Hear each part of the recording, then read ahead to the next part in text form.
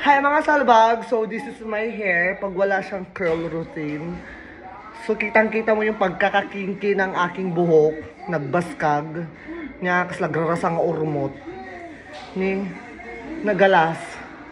So may kayo kadwaan dak nga ang curl routine method tata. Let's go!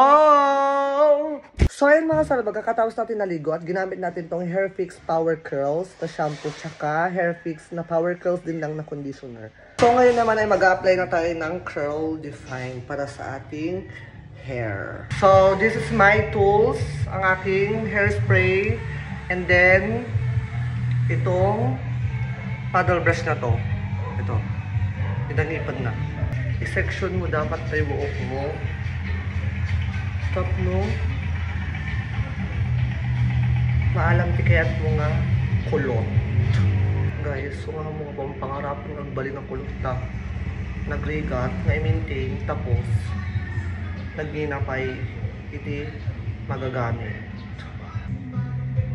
Tata, basaan tayo ulit.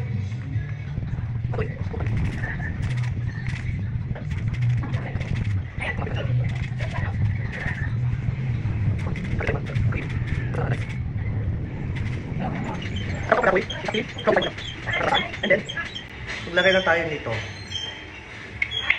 Power curl. Jay, sakto lang nga amount ti buhok mo. So, sabi mo. Then, scrunch. Scrunch. Gusto niya scrunch. Scrunch.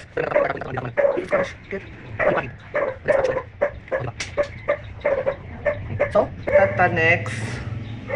I-section mo ulit. Tapos, iset mo na siya sa brush.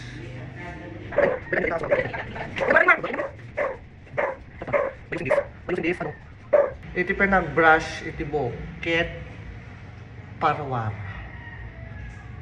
Gusto niya.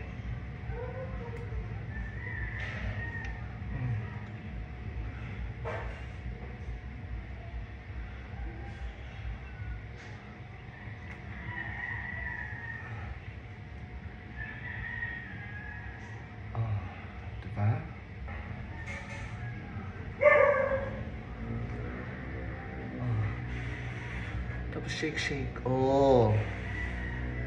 Ulit lang. Dito yung mga banger.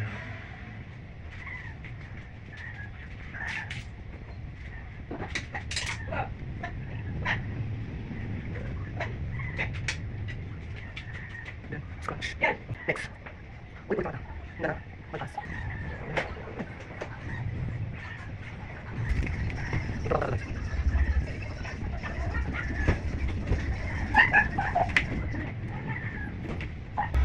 Ito'y dapat pasango. Ay. May sulat na kita niya.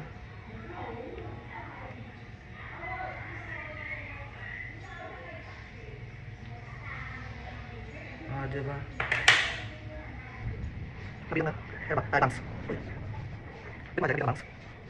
So, this is my curl today. And we need to put gel. Ito ang gel ko. Styling gel. Kaso na iboso nga, gumata dito yung Hair Fix gel. Ito. So, kampiban tayo. Pwede ikamti gel ko na ito. Ikamti gel tap no bumayag ang long last. Jay kulot. Ikamti nga. Ikamti mo. Dapat scrunch lang mo. Hamo nga. Tanong ka mapirde jay. Inararamid mo. Pinagrigrigatam. Diba? Diba?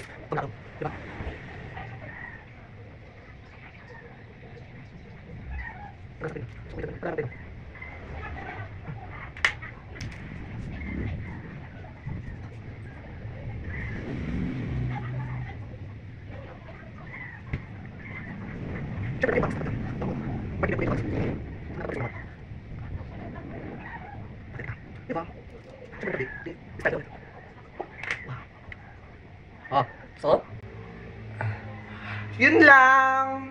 And lastly, don't forget to put argan oil to your hair para maging shiny ang iyong buhok. So hanggang dito muna tayo mga salbag. Bye!